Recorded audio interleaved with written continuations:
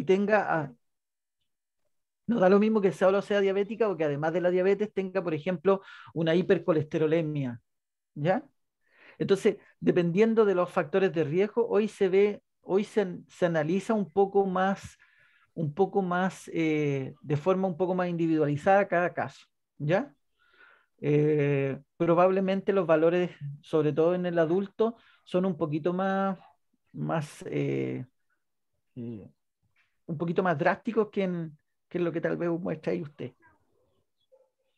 Sí, igual, a mí la verdad, porque yo me quise guiar por la referencia de ese documento, que dije, por algo lo subieron. Eso quise como usarlo de primera fuente ese, pero igual la verdad yo encontré raro que, por ejemplo, en vejez me indicaran que el rango de referencia llega hasta 121, cuando después el mismo documento me indicaba que no podía pasar de 126, o sea, era muy corta, muy baja la diferencia.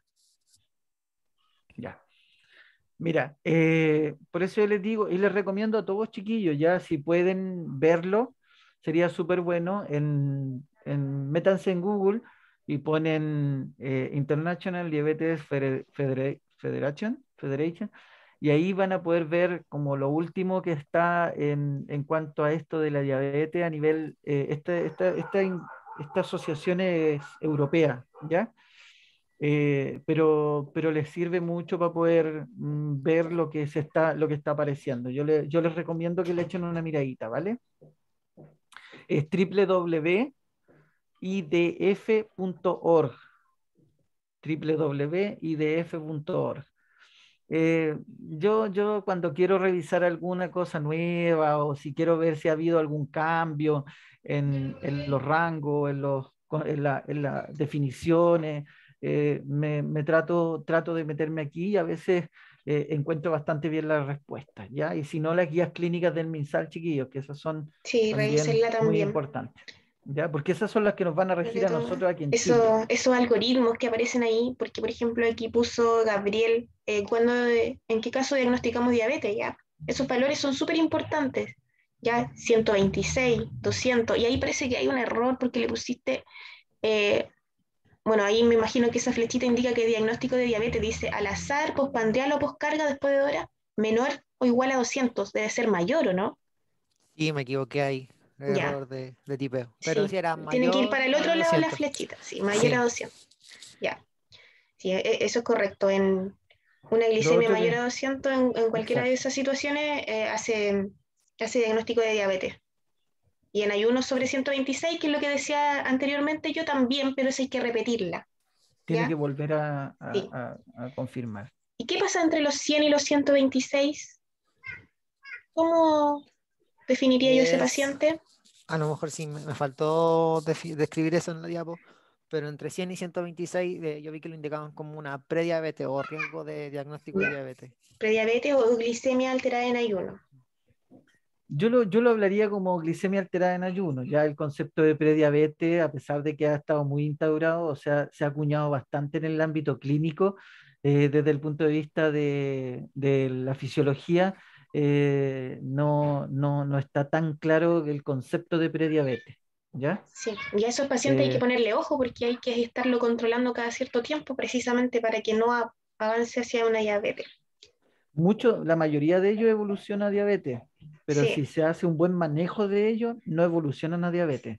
Ya eso, de hecho, nosotros en la Universidad de Talca teníamos un programa de investigación en factores de riesgo cardiovascular y una de las investigaciones que se hizo en la cohorte de individuos que captamos fue la evolución de prediabetes, que en ese tiempo le llamábamos prediabetes, o glicemia alterada en ayuno a diabetes.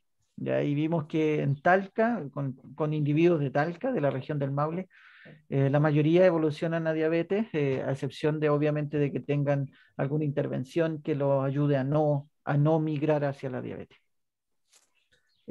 Profe, si usted está de acuerdo, avanzamos sí, avancemos. a la siguiente. Ya. Em, Profe, si quiere parte usted aquí. no, profe, parta usted nomás.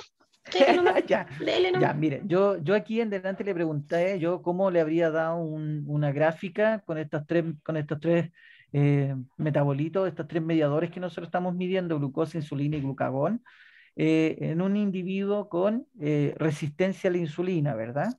Eso le pregunté yo hace un rato. ¿Cómo aparecería esto en un individuo diabético? Se, ¿cómo aparecería? Yo sé que obviamente ya hablamos de que a un individuo diabético tú no le vas a dar la carga de glucosa porque sería poco ético, lo podéis matar, pero teóricamente, ¿cómo debería salir en un individuo diabético? En una persona con diabetes de esperar que la glucosa de ayuno sea más alta de lo normal, o sea, que no lleguen estos rangos normales, por así decirlo. Ya, muy bien. Ya. Ya, entonces vamos a tener que, obviamente vamos a tener una persona diabética, de partida vamos a tener un nivel de glicemia mucho más alto, probablemente de insulina también. ¿Y qué pasa porque una cosa es la resistencia a la insulina y después pasamos a la diabetes? ¿Qué hace la diferencia? ¿Cuándo nosotros decimos que un individuo pasa de ser resistente a la insulina a tener diabetes mellitus? ¿Ya?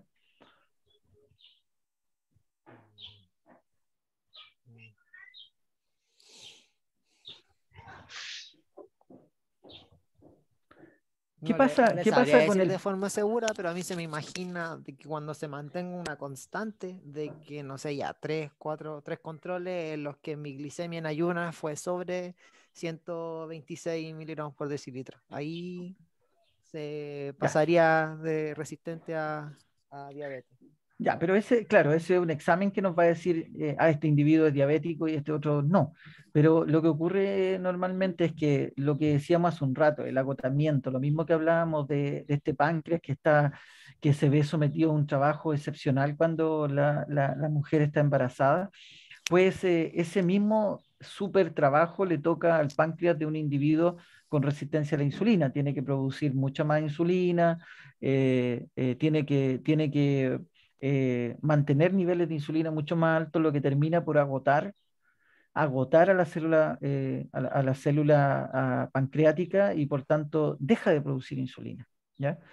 Cuando ya deja de producir insulina totalmente es cuando los individuos diabéticos tipo 2 se hacen insulino dependientes también, que a la larga, ¿ya?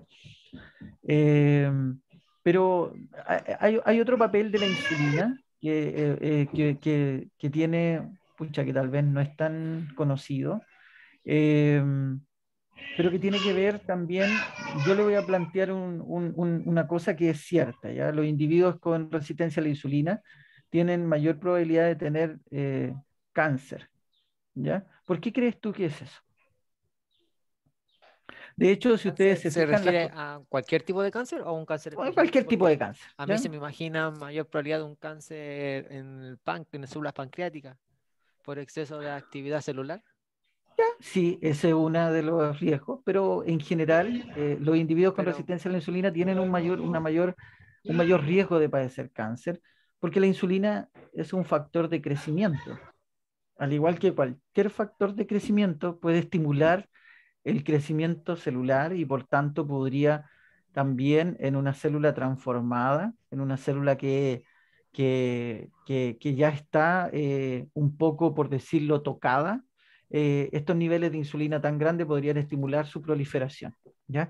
Entonces, ese es un lado que poco se le ve a la insulina, pero obviamente que también tiene una gran relevancia.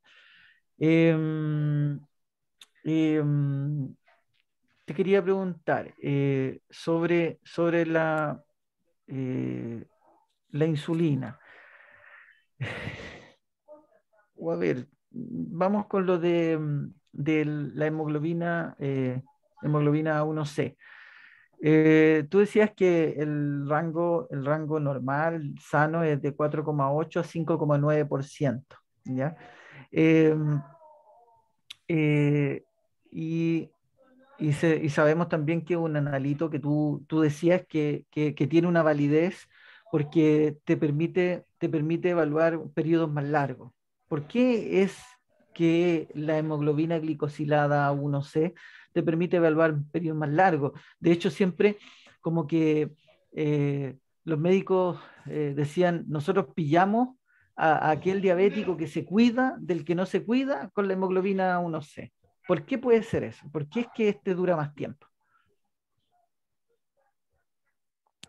¿Será porque en este caso las hemoglobinas no, o sea, se glican y no, por así decirlo, no pierden no se degradan, o sea, o no se excretan, o tampoco pierden esa glicación, se queda ahí por harto tiempo, esas hemoglobinas, y después se desechan glicadas, algo así se me imagina, porque la verdad no estoy seguro de la respuesta. Justamente la semivida, la vida media de la hemoglobina es mucho más larga y por eso nos permite evaluar cómo han estado las condiciones o la glicemia durante el periodo alrededor de un mes antes del examen. Eh, es muy importante a la hora del seguimiento, como usted decía, porque probablemente, como usted conversábamos al principio, la glicemia es un examen de screening al que se hace a mucha gente para poder identificar a aquellos que tienen riesgo. Después tú mides la insulina y puedes saber si hay o sea, si hay insulino resistencia o cómo están los niveles de insulina. Pero después para controlar a estos individuos que tú ya sabes que son diabéticos, la glicemia pierde un poco ¿cómo se llama? Su capacidad de ser una buena molécula para el seguimiento. En ese sentido, obviamente, las hemoglobinas glicosiladas pasan a cumplir un rol súper importante. Avancemos a la Yo siguiente. quería hacer una pregunta ahí, profesor. Dele nomás. Con respecto a Dele. eso mismo que están hablando, Gabriel, ¿tú crees que la hemoglobina glicada o glicosilada, como la nombran algunos, puede tener algún valor diagnóstico también o solo para controlar? ¿Encontraste algo al respecto? Relacionado a diagnóstico, yo lo que encontraba era que en general los médicos solicitaban de inmediato, así cuando sospechaban de diabetes, enviaban la orden con solicitud de una toma de un examen de glicemia y ya de hemoglobina glicosilada, así de inmediato, Ya. porque ya era más fiable, más seguro hacer los dos, incluso a veces los tres en conjunto, en este caso de glicemia, insulinemia y hemoglobina glicada, para tener un diagnóstico más certero. Ya, sí. También en los últimos años se ha establecido la hemoglobina glicada cierto valor diagnóstico. De hecho, la ADA, que es la Sociedad Americana de Diabetes, ha establecido que se puede utilizar la hemoglobina glicosilada como diagnóstico de diabetes cuando se ha encontrado un valor igual o mayor a 6,5% en dos ocasiones diferentes. ¿Ya? ¿Y por qué la importancia de esto? Porque se ha asociado mucho valores altos de hemoglobina glicosilada con la evolución hacia la retinopatía diabética. Mm. Sí. ¿Y por qué antes no se consideraba como diagnóstico? Porque estaba muy poco estandarizada la técnica para medir hemoglobina glicosilada. Pero hoy en día la mayoría de los establecimientos están utilizando el método Gold Standard, que ¿cuál es, Gabriel?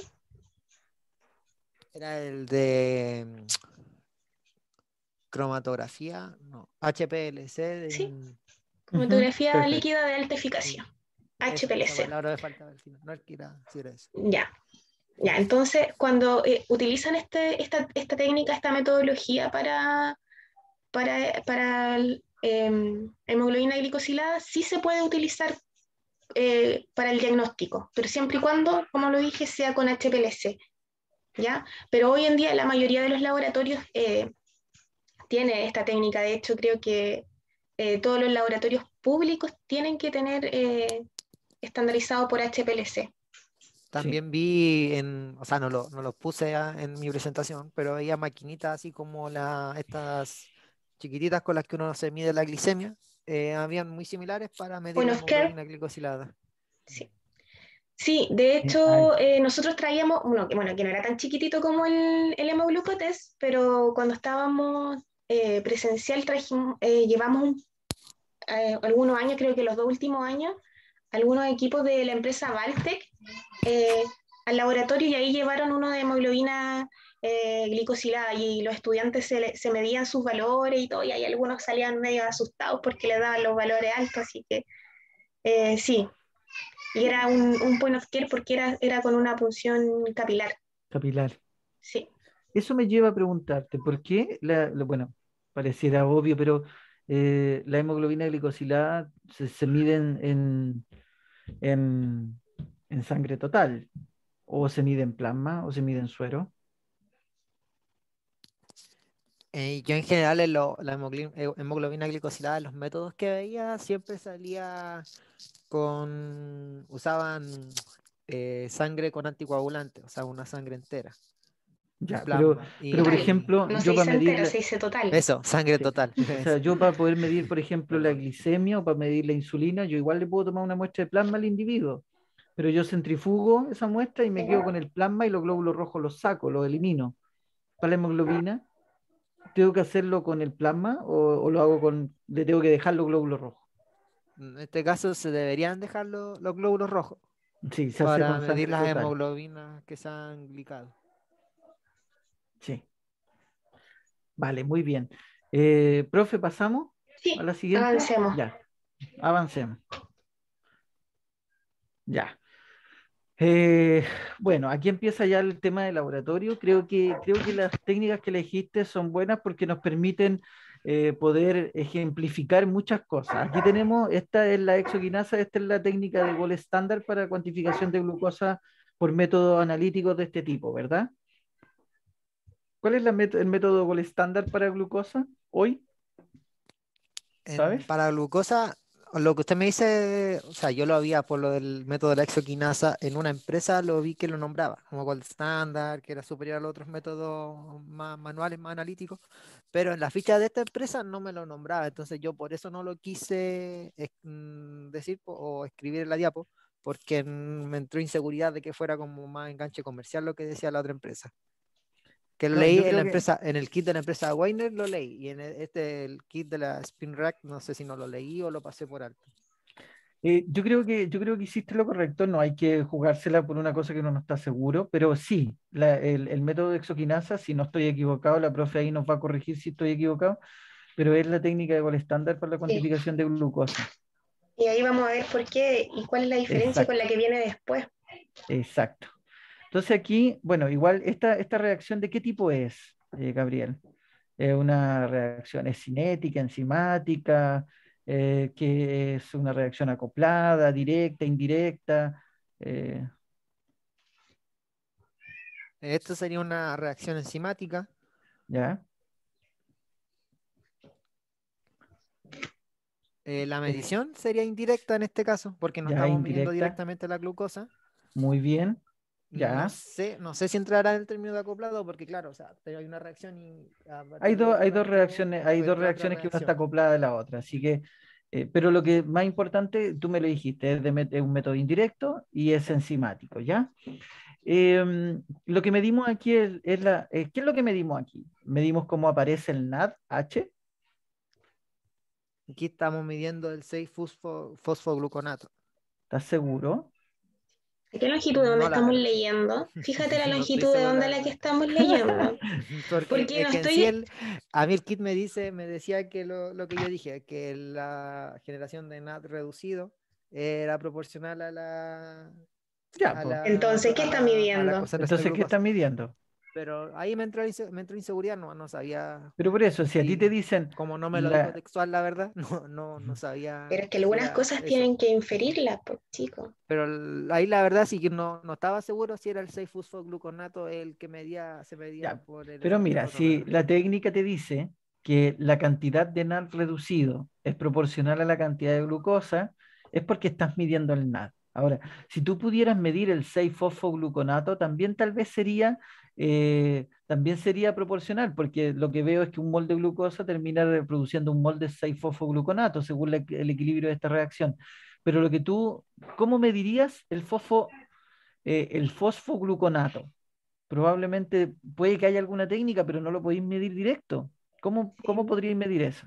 En cambio, el NADH tiene una característica que lo hace súper fácil de medir. Eso de la característica del NADH no la recordaba. Ya, y, A lo mejor y por eso entre la inseguridad al leer el kit. tú sabes bueno, nosotros el semestre pasado estudiamos lo que eran los espectros de absorción, ¿verdad? Sí, Ya, ¿te acuerdas lo que era un espectro de absorción, verdad? Era o sea, la longitud de onda a la que un compuesto podía absorber y se identificaba Y en el espectrofotómetro. alcanza su peak, ¿cierto? Peak El de espectro de absorción. absorción es todo el espectro, o sea, cómo esa molécula absorbe energía lumínica en todo el espectro visible, UV o infrarrojo. Ya, ese es el espectro. Ahora nosotros dentro de ese espectro podemos encontrar un pic o más de un pic, ¿ya? Yo te voy a decir una cosa. En el caso del NAD, ¿ya? En la longitud de onda V, porque 340 ¿a qué corresponde? Nanómetros, 340 nanómetros. ¿A qué espectro? No estoy segura Visible. si No me lo sé, pero se me imagina que el UV visible, porque en general siempre trabajábamos en visible. ese rango. ¿Hay color ahí? No.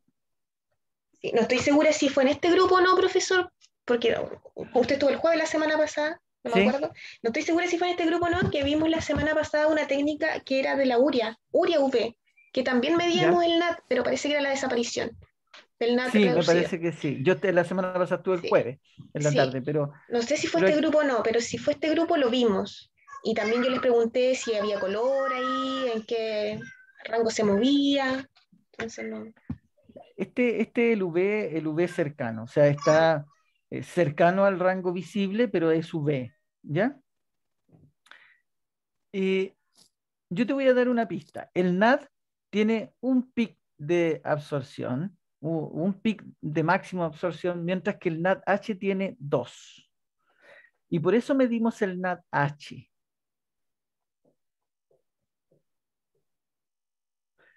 ¿No te acordáis tú de haber visto eso en algún momento? Yo, si tú me dejas, porque es que para que les quede claro cómo es la cosa, yo les puedo mostrar una imagen, ¿ya? Si usted me deja, porque yo encontré una imagen aquí en Google, deje de compartir para mostrársela a sus compañeros y para que la conozcan. Hacemos esa rapidito así para que usted pueda, perdone, profe, que le voy a tener que hacer esto, pero más que nada para que los chiquillos lo vean. No, profe, dele nomás.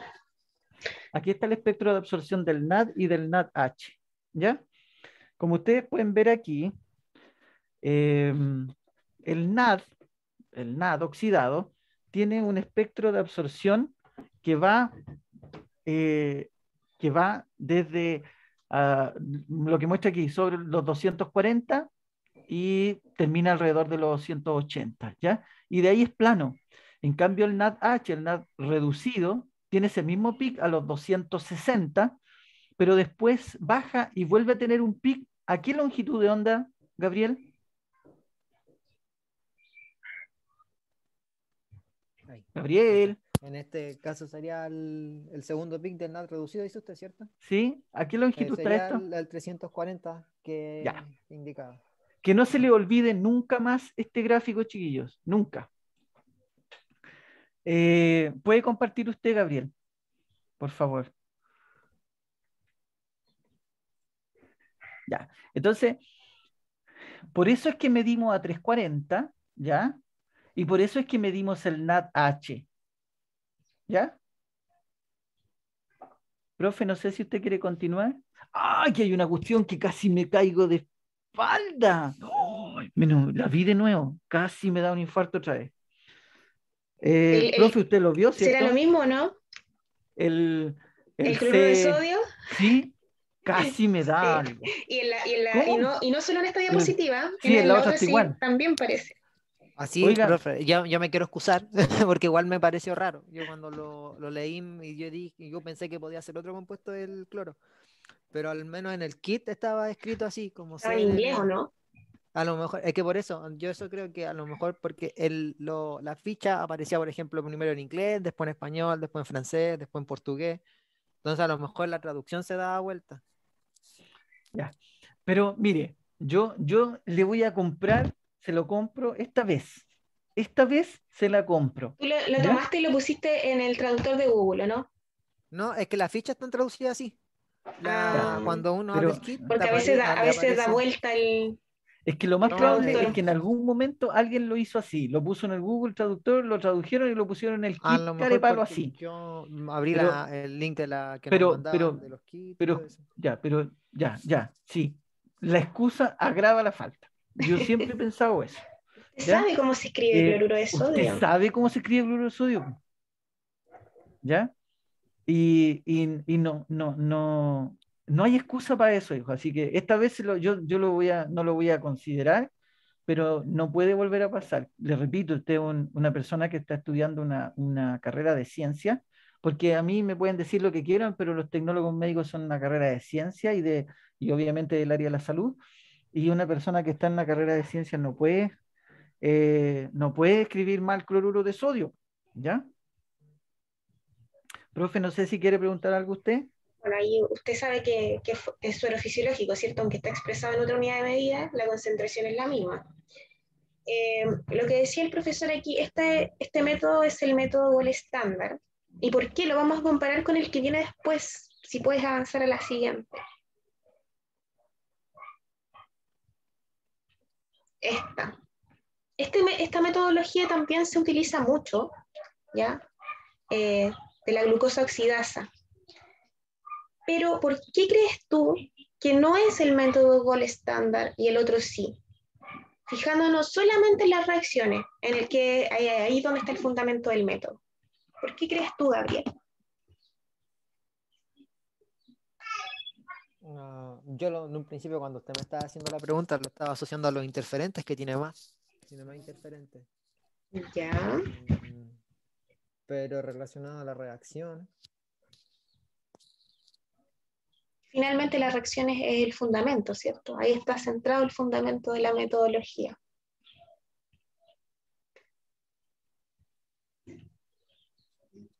¿Se te ocurre por qué? no, profe. Ya. Mira, en la primera reacción, el producto de... vuélvete a la anterior, por favor. Ya. Ahí tenemos un producto, ¿cierto? Que es directo de la glucosa, que es la glucosa 6-fosfato. ¿Ya? Y ese producto es el que va a pasar a la segunda reacción que está acoplada, ¿ya? Por lo tanto, es directo, viene desde la glucosa, ¿ya? No vamos a tener otra fuente de glucosa. Y ese es el que va a reaccionar en la segunda reacción y nos va a dar el producto, que vamos a medir, que en este caso es la traducida.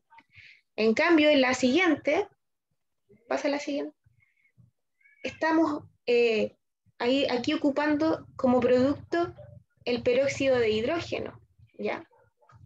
Ese es el que estamos ocupando en la segunda reacción que está acoplada y ahí estamos ocupando una enzima peroxidasa que no es específica, ¿ya? No es específica. Por lo tanto, ahí va el porqué. Porque esta reacción del peróxido de hidrógeno va acoplada a muchas otras reacciones. Podemos ocuparlo en muchos otros kits y lo vimos la semana pasada en el de la urea, en el del ácido úrico, ¿ya? En cambio, el otro es más específico, porque la enzima lo hace más específico. Es directo el producto que estamos midiendo viene directo de la glucosa. ¿Te fijas? Sí, profe, ahí lo... Este grama, en sí es porque es directo, no porque igual la Exacto. peroxidasa yo la he visto en Sí, otros métodos, es en otras mucho, reacciones, es mucho, muy mucho, general, mucho. la otra Uh-huh. es más específica. Sí. Bueno, aquí de nuevo el cloruro de sodio. Aquí era Sí. donde yo decía. Ya. Bueno, aquí ya leímos longitud. ¿A qué longitud anda? 505, ¿cierto? Aquí si estamos en el visible, vamos a tener un color más o menos como rosadito. Eh, lo interferente, la hemoglobina, la bilirrubina, ya sabemos por qué, ¿cierto? ¿Qué tipo de interferentes serían? ¿Interferentes espectrales era la palabra? Right. Y, Profesor, no sé si y tiene... otra, que aquí, bueno, yo creo que tú también tenías razón en lo que dijiste de que esta técnica tiene mayor interferente, Sí, pero hay un interferente que es como súper clásico y que le golpea todas las técnicas que tienen esta segunda reacción, y que además cada vez se hace como más frecuente encontrarlo. De hecho, ha sido tanto que en otros contextos, como en las tiras de orina, se ha incluido un control para eso, para el consumo de eso. ¿Será el de la bilirrubina, profe? No, ¿no? Porque la bilirrubina, piensa que ahí lo que tú tienes, qué es lo que tú tienes que cuidar? Como decía la profesora, en la técnica anterior, tú medías de la primera reacción, de los primeros dos productos, en la reacción anterior, mira, pon el anterior. Como te decía la profesora, tú tomas la glucosa 6-fosfato, que a través de una enzima específica lo transforma a 6-fosfogluconato y libera NADH, ¿ya? Este NADH y este NAD, o sea, este NAD oxidado tú lo pones como reactivo. Y este NADH no se puede degradar porque no hay otra reacción que pueda estar pasando acoplada. Tú no tienes el problema de que, no sé, por la presencia de algo ahí se pueda degradar. Pasa la siguiente. Aquí no, po. Aquí tú tomas el peróxido, que es un compuesto radicalario que, que va a tender a tratar de estabilizarse. ¿Cómo se estabiliza? Reaccionando con un antioxidante. ¿Qué antioxidantes podemos tener en el plasma, en el suero?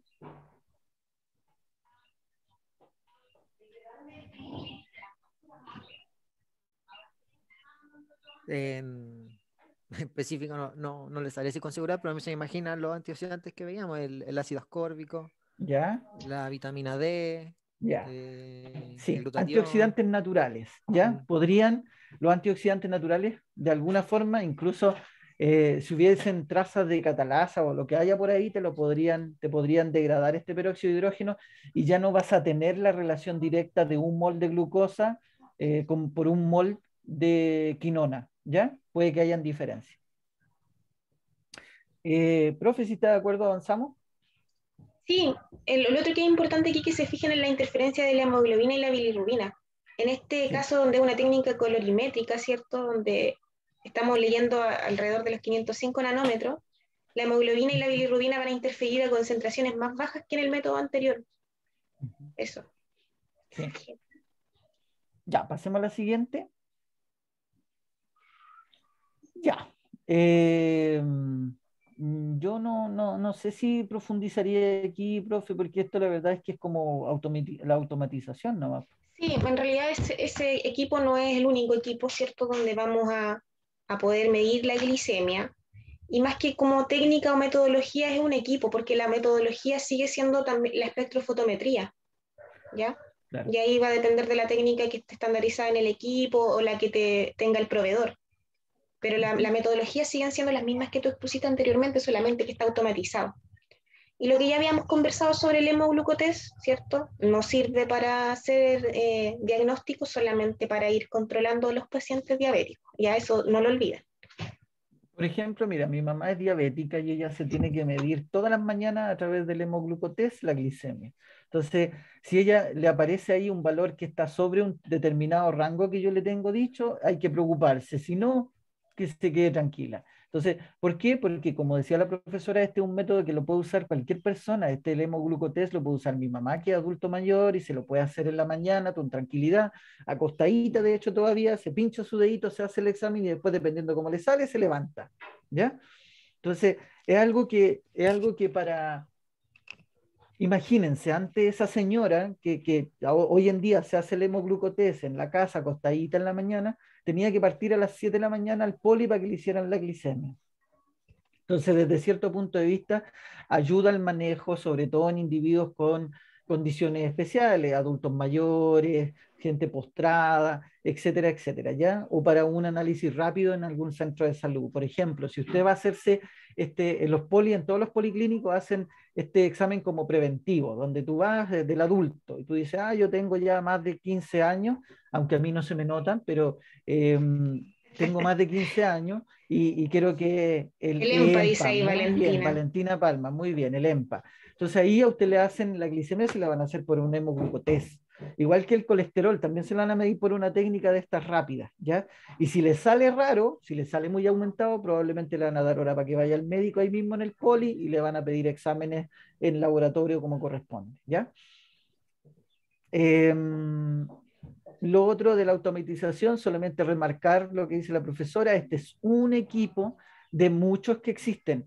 De hecho, hoy en día existen equipos tan automatizados que ya prácticamente no queda nada para hacer a una persona. O sea, tú, desde que, imagínense, chiquillo, en toma de muestra, o sea, le toman la muestra al paciente que viene con un código de barra, los tubos vienen con un código de barra, tú cargas los tubos, o sea, llenas los tubos y los pones en una cinta de transportadora que va leyendo los códigos de barra. Y dependiendo del código Sí, de barra, sabe para qué unidad del laboratorio tiene que ir ese tubo. A Los eso se refería. distribuye. ¿Ah? Que un kit me especificaba con el código de barra. Otra máquina, no me acuerdo cuál era, pero como que decía que tenía que leer bien, o sea, que estar bien puesto el código de barra. Y yo no Exacto. entendía por qué, y ahora tú porque lo ahora dices. el Sí. laboratorio está tan automatizado que todo va asociado a un código de barra. El Todos nos vamos a paciente transformar está en asociado a robots. un código de barra. Sí, es que eso de que cuando uno mete la muestra, o sea, ingresa la muestra al aparato y De empieza y él hecho, por dentro lo lee, eso no lo sabía y no lo Claro, o pude sea, asimilar.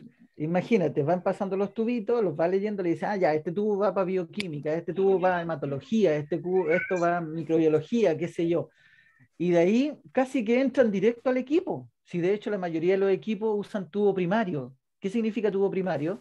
Que usan el mismo tubo donde tú tomaste la muestra. sí. ¿Ya? Profe, usted quería decir algo.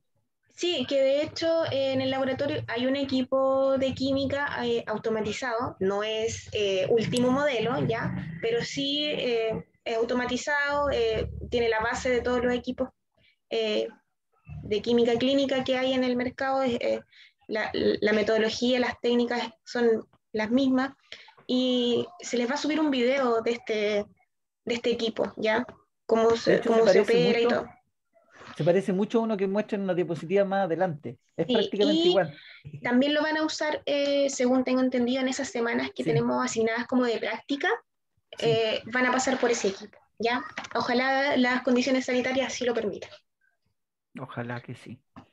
Bueno, chiquillos, entonces, más que nada sobre la automatización, que cada vez va avanzando más, cada vez se hace, cada vez el error del operador está minimizado, pero cada vez también se le da mayor importancia también a la fase preanalítica, chiquillos, así que no hay que dejarla de lado, porque Y si al la control persona de que, calidad y también. obviamente al control de calidad, es que, claro, el control de calidad es fundamental, chiquillos, o sea, o sea, usted tiene el control de calidad bien y puede empezar a hacer cosas. Sin eso usted ni siquiera puede tomar un tubo. Así que, eh, pero hay puntos críticos hay puntos críticos en la automatización, ya como todo proceso en el laboratorio, en cualquier unidad, hay pasos que son críticos y hay que ser súper cuidadosos de ellos. Profe, si está de acuerdo, avanzamos a la siguiente. Y avancemos, es que apagué mi micrófono porque va pasando el caballero de los huevos del semestre pasado, ¿se Sí, acuerdan? sí, me acuerdo. Eh, yo le habría encargado una bandeja de huevo porque le pone tanta emoción el caballero Sí, voy a apagar el micrófono pero ya, para que no lo escuchen. dale nomás. Ya, aquí tenemos entonces la metodología usada que dices tú para la hemoglobina 1C y partiste con la turbidimetría. El equipo que nosotros tenemos en el laboratorio es muy parecido a este que sale aquí en la foto. De hecho, la tapa es muy reparecida. Pero el de nosotros no es Spin, es un Itachi, marca Itachi, y no me acuerdo el modelo, pero da lo mismo. Eh, y estos equipos son muy buenos para medir este tipo de reacciones, inmunoturbidimetría, eh, porque lo que usted aquí usa turbidimetría como con látex, o sea, partículas de látex para generar esa turbidez, pero lo que usa para que se genere realmente y para poder cuantificarlo son los anticuerpos monoclonales. Entonces, es una inmunoturbidimetría. Em, Sabemos, o usted ya lo dijo, y la profesora también nos confirmaba, la técnica de cromatografía o de HPLC, cromatografía líquida, ah, es el gol estándar. Eh, pero me gustaría que tú me explicaras o me dijeras por qué tú, a pesar de que la otra técnica del gol estándar, ¿por qué decidiste poner esta primero? Por qué para ti fue importante? ¿Qué ventajas tiene o desventajas? O, por qué la pusiste? No, o sea, mi criterio para el orden de qué técnica poner primero fue más que nada porque La otra la sentí como más automatizada que esta, entonces dije, mejor la más automatizada al final. No, la verdad yo no sabría decirle. O sea, en este caso, la otra es Gold Standard, pero no Ya, tuvo un criterio así como más técnico para poner esta primero. ya, vale. Pero mira, ¿no? Yo creo que lo importante, como decíamos hace un rato, hay una técnica Gold estándar que es reconocida, de hecho, por el ISP y que obliga a los laboratorios, por lo menos del sistema público, de la red pública asistencial, a que tengan la técnica que se basa en HPLC estandarizada en sus laboratorios. Probablemente previamente a esa normativa, en muchos de los laboratorios públicos se hacía la metodología por látex, por turbidimetría, por inmunoturbidimetría. De hecho, yo recuerdo que antiguamente en el laboratorio del Hospital Regional de Talca se hacía, hubo un tiempo que se hizo por látex, pero muy tempranamente, imagínense, cuando yo era estudiante, llegó la máquina de HPLC para hacer hemoglobina glicosilada. En ese tiempo no era una máquina muy automatizada, tú pinchabas prácticamente o aspirabas del tubo de a una muestra. Hoy en día existen equipos automatizados donde tú puedes poner un montón de muestras y se Se carga un procesan rack. solas. Se carga un Sí. rack y ahora y lo analiza automáticamente. Eh, pero es una tecnología que ha ido avanzando muy rápido, o avanzó muy rápido, porque piensen, era como una carrera armamentista. Las empresas que diseñaban o que desarrollaban técnicas de laboratorio competían por desarrollar una técnica que fuera específica, sensible, eh, que fuera ojalá rápida, de bajo costo, etcétera, etcétera. Porque al inicio el HPLC era carísimo para ponerlo en un laboratorio. Era prácticamente prohibitivo. Además, las máquinas eran muy grandes. ¿Ya? Entonces, hubo como una carrera entre las empresas desarrolladoras de kits por desarrollar algún kit que no tuviera HPLC, pero que fuera, que pudiera tener una buena correlación con la técnica Gold Standard. ¿Ya? ¿Se entiende cuando yo digo que una técnica o el estándar con respecto a otra tengan una buena correlación? ¿Se entiende ese concepto? Se refiere a que, por así decirlo, los resultados a lo mejor no son 100%, por así decirlo, verdaderos, como en este caso sería con HPLC, pero se acerca en gran parte a lo que se acercaría a la técnica Gold Standard. Sí, exacto. O sea, a pesar de que puedan haber ciertos grados de variación, son variaciones mínimas que no influyen en el resultado finalmente, ¿ya? O sea, no van a haber variaciones que te van, porque todas estas cuestiones son, sobre todo, son críticas en los rangos o en los valores de corte. Por ejemplo, si tú tenías un valor de corte que es 3,8 No son y tú, diferencias significativamente estadísticas. ¿A eso se refiere? claro, no ¿O hay no? diferencia Mm. significativa desde el punto de vista estadística entre las determinaciones por una o por otra, ¿ya? O sea, daría lo mismo hacer una o la otra, ¿ya? Pero con el tiempo se ha ido avanzando la tecnología de los HPLC. Hoy en día existen equipos de HPLC pequeñitos con columnas. Miren, lo más caro del HPLC es la columna, son carísimas. ¿Y qué pasa? Que las columnas se tapan y cuando se tapan tienes que cambiarla y al cambiarla te echaste un montón de plata. Hay que Entonces, tener cuidado ahí con los coágulos, los microcoágulos. exacto. Entonces, hoy en día existen tecnologías que, por ejemplo, hacen que las columnas sean mucho más económicas, que sea mucho más fácil poderla cambiar. Antes se te tapaba la columna y tenía que venir un técnico de Santiago a sacar la columna o destaparla, hacerle el flujo de lavado para destape o simplemente cambiarla. Hoy en día incluso hay equipos que son, eh, eh, ¿cómo se dice? Son de muy fácil operación, que incluso tú mismo podrías solucionar problemas como eso. Avancemos a la siguiente, si es que no tiene, profe, usted pregunta. No, avancemos. Yo creo que de esto, de la técnica esta de HPLC, hablamos ya un poquito. No, ahí No, estamos este es el método método enzimático. enzimático. Ah, ya. Sí, aquí viene el Eh, HPLC. sobre el método enzimático, tal vez un par de palabras nomás. Como les digo ya, Eh, el Gold Standard es el HPLC y hubo una carrera un poquito por desarrollar metodologías que no usaran el HPLC por lo caro que es, pero hoy en día la verdad es que a un laboratorio que tenga un volumen intermedio de muestras que tenga un volumen adecuado para el tamaño de él, no le conviene tener este tipo de técnicas porque probablemente los médicos no la van a aceptar y tal vez no va a poder generar, por ejemplo, no va a poder hacer ese examen por FONASA, porque FONASA exige que sea por HPLC. Entonces, hay muchas cosas que están cruzadas. Entonces, hoy en día a un laboratorio no le conviene tener una metodología que no sea el gold estándar en cuanto a la determinación de hemoglobina A1C. Profe, no sé si quiere decir algo de aquí o si no avanzamos a la siguiente. No, avancemos a la siguiente ya. Vamos, avancemos No a la lograr el siguiente. tiempo.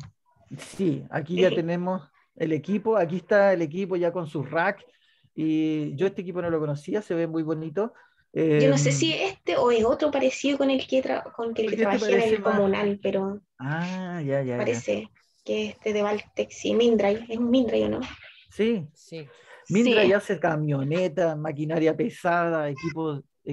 Hace de todo eso, loco. Hacen de todo. este equipo toma los racks y los va agitando también. Sí, pues. Bueno, Sí. como los equipos de hematología, pues también tú le metís los racks y los agitas. No, este No me toma el tubito y lo Ah, agita. Los de mato agitan el rack el completo, rack pero completo. si este va tomando el Ah, tubito, lo buena. agita y después lo pone ahí en el medio. Ahí hay Ya. una parte donde va el tubito y toma la muestra. Y me acuerdo que Tiene que cuando haber. hice el internado, tenía como una ¿Ya? bombita de aspiración el equipo de HPLC y había que lavarla todos los días, precisamente para eso, para que no se tapara. Había que lavar Sí, esa pues. bombita, sacar la Sí, manguerita y ahí todos los días. súper. No, es una máquina que tiene bastantes ventajas. Primero, el Gold Standard está recomendada, como dices tú ahí, por el ISP. Tiene Dice que resultados tiene súper rápidos. un coeficiente de variación bajísimo, menor al 1%, la técnica Cacha. Gold Standard. Oye, y ahora, y así para que quedemos hablando en el mismo idioma nomás. ¿En qué consiste un HPLC, Gabriel?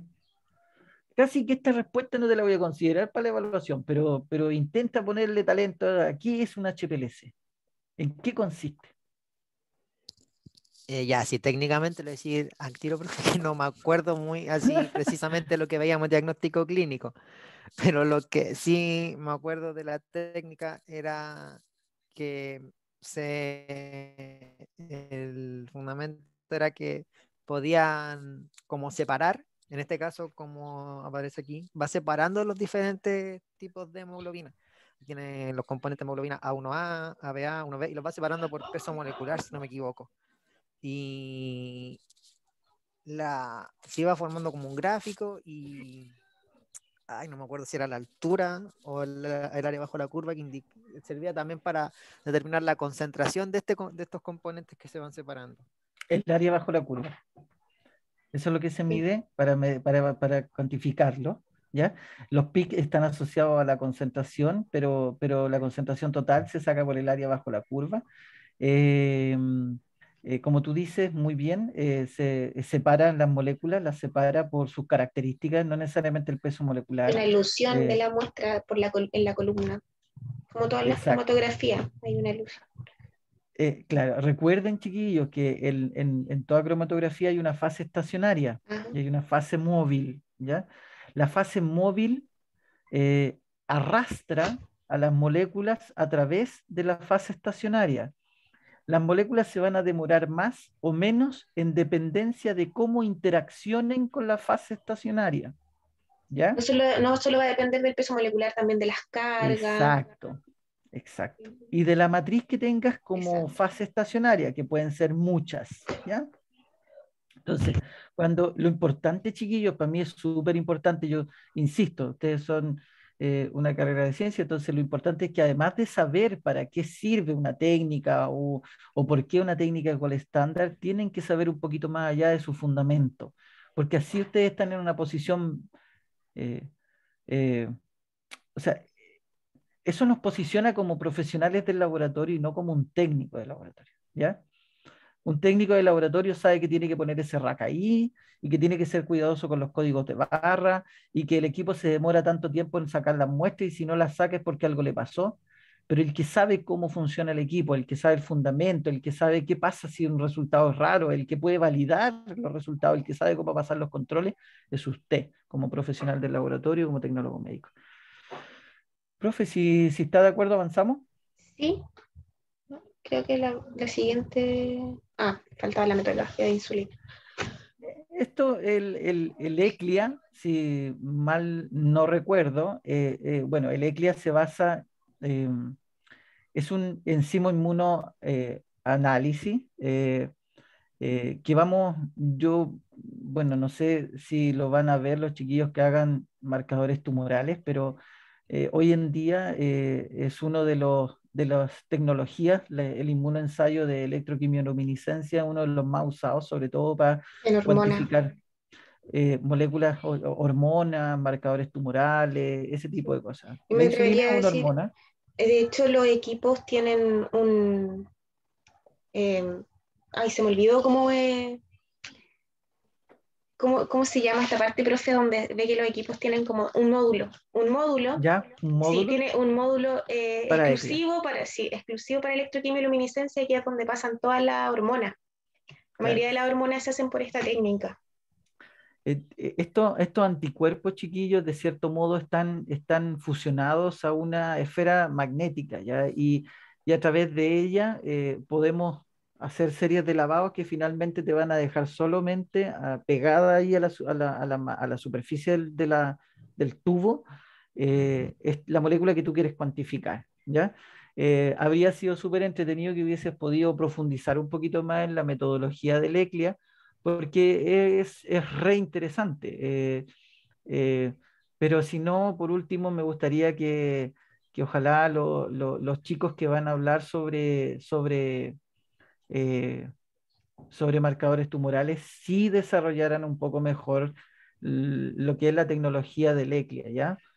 Creo que es necesario para poder, para En Roche poder parece que hay unos videos incluso. Sí, sí hay, miren.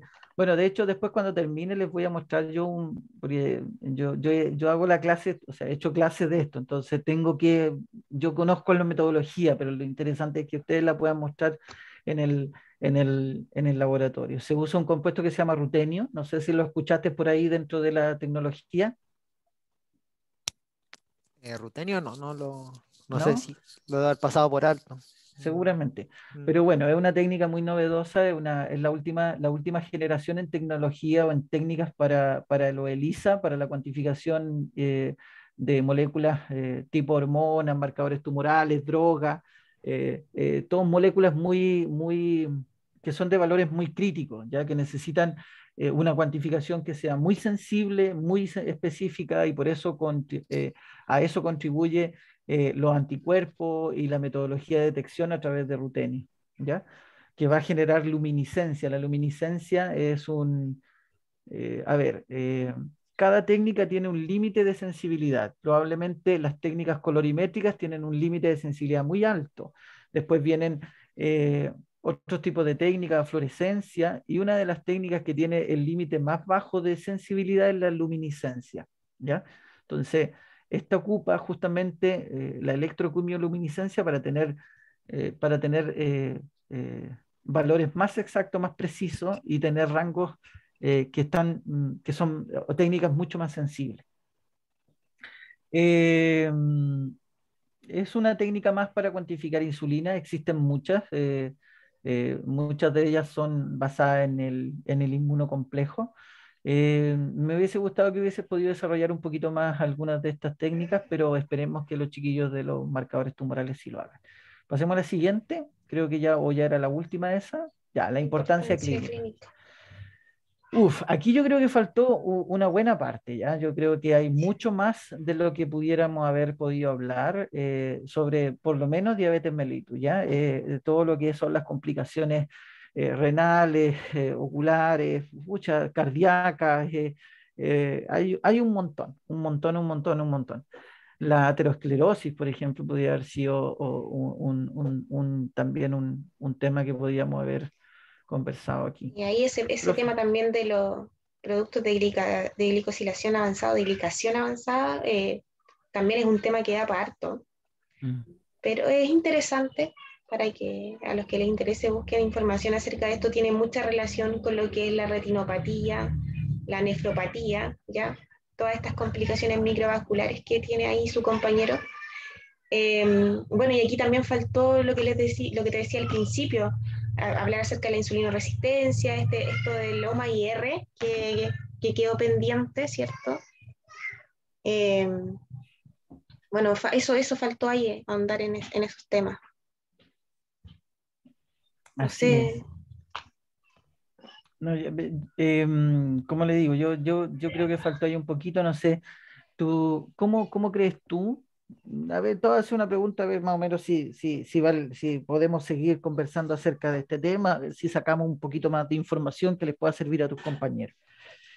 ¿Cómo crees tú que estos productos de glicosilación avanzado pueden contribuir al desarrollo de estas complicaciones microvasculares? ¿Cómo crees tú que esto contribuye? ¿Qué ocurre mecanísticamente? ¿Qué ocurre con estos productos? ¿Qué les pasa? O sea, lo que se me imagina es que las proteínas que se están, o sea, se clican proteínas, como sale ahí, pero específicas que están circulando por la sangre y sobre todo en la microcirculación. Ya. Y estas proteínas glicadas tienen otras características, ¿verdad? No son las mismas características que tiene la proteína nativa, sin glicación. ¿Sí o no? ¿O funcionalmente funcionan igual? No funcionan igual. O sea, usted se refiere comparándolo con la hemoglobina, ¿cierto? La hemoglobina glicada, Claro. ¿o no?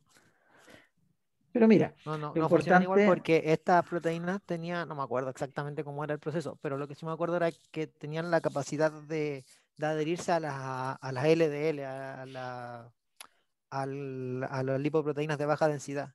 Entonces ahí entraba en la capacidad de generar estos ateromas. ya. Mira, lo que pasa es que estos productos tienden a acumularse, ¿ya? Se tienden a acumular en el endotelio, provocando un proceso inflamatorio microvascular que va a llevar finalmente a- a la formación, por ejemplo, de placas de ateroma, ¿ya? O a la acumulación, simplemente a la acumulación de productos de glicación avanzado en distintos tejidos, lo que va a llevar finalmente a un proceso eh, citotóxico, porque estos componentes, esta acumulación de estos productos no es normal, desequilibra un poco también el estado redox de la célula e induce la muerte, ¿ya? Es un tema súper entretenido, la profe ya nos decía, si alguno de ustedes les gusta, les interesa este tema, deberían tratar de investigar un poquito más. No sé, profe, si quiere hacer alguna otra preguntita o ya.